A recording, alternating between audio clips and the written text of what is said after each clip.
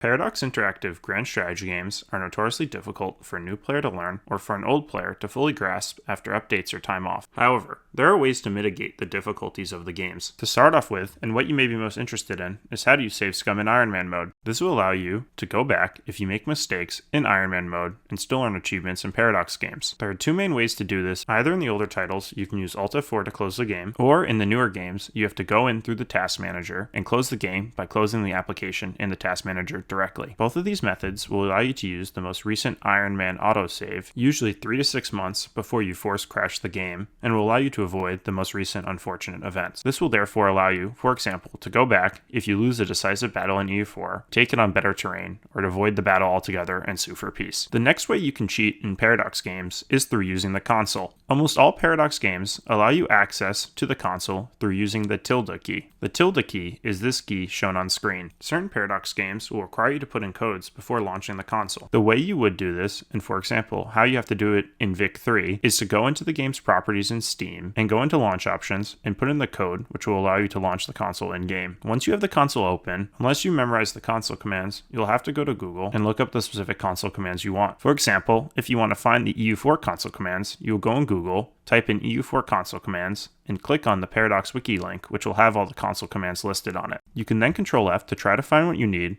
or scroll down through the sections until you find what you're looking for. I usually use console commands to set up scenarios before the game starts. Some interesting country I want to form, or some union I want to create in Hearts of Iron 4. But the console can also be used to fix saves if you messed up in the game that are non-Iron Man, or to make your nation overpowered. Most of the Paradox games come with a base set of console commands, which will be the same or similar across the games. This will include AI to turn off the AI for your nations, FOW so you can see the whole world and not just your allies or your own nation, and also the tag command so you can tag switch to other nations. The way you figure out what nations' tags are in the games is by using the debug_mode command generally in order to find out what a tag is to tag switch. This will then tell you nations' tags, province IDs, and other important information when you hover over a nation. Debug_mode will also allow you better information in order to take over provinces, annex nations, and more. Another command that's generalized across most Paradox games is yes man. This will force the AI to accept any diplomatic offer you make. For example, if you want an alliance, the AI will accept an alliance, or if you want military access, the AI will accept military access, etc. From there, as I mentioned earlier, you can go through the wikis and look for specific commands you want to use. For example, if you want to form Russia early in EU4, you would go in through the debug mode command and look for the provinces you need,